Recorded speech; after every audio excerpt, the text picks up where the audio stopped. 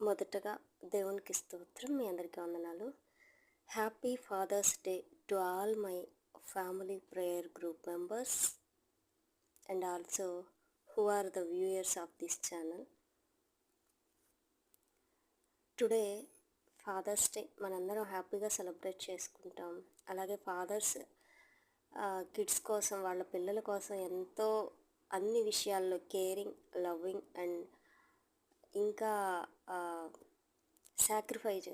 చాలా సాక్రిఫైజెస్ కూడా ఉంటాయి వాళ్ళ పిల్లల కోసం.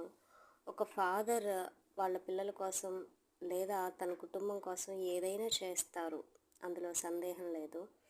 కొందరికి ఆ ఫాదర్ లవ్ చాలా కాలం వాళ్ళతో ఉంటుంది, కొందరికి మధ్యలోనే ఆ లవ్ లేదా ఆ కేర్, ఆ బాధ్యత అన్నీ మిస్ అయిపోతాయి. అయినా మనం పుట్టక ముందు నుంచి మనం పుట్టిన తర్వాత కూడా ప్రేమించేటటువంటి, కేర్ చూపించేటటువంటి ఒక తండ్రి ఉన్నారు. ఇప్పుడు ఆయన గురించే మనం మాట్లాడుకుంటున్నాం.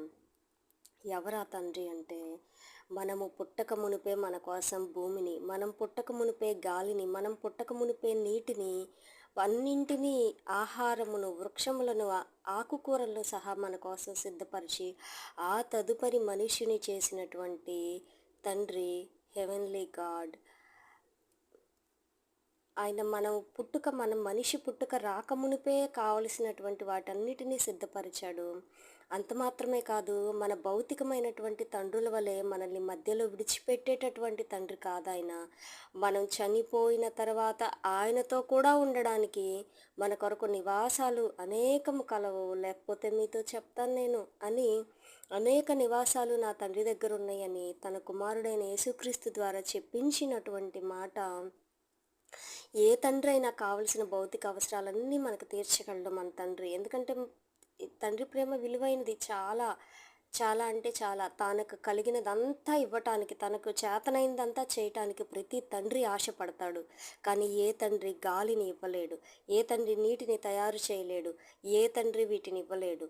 మరి దేవుణ్ణి తండ్రితో ఎందుకు పోలిక అంటే, ఆయనే చెప్పాడు నేను తండ్రినని.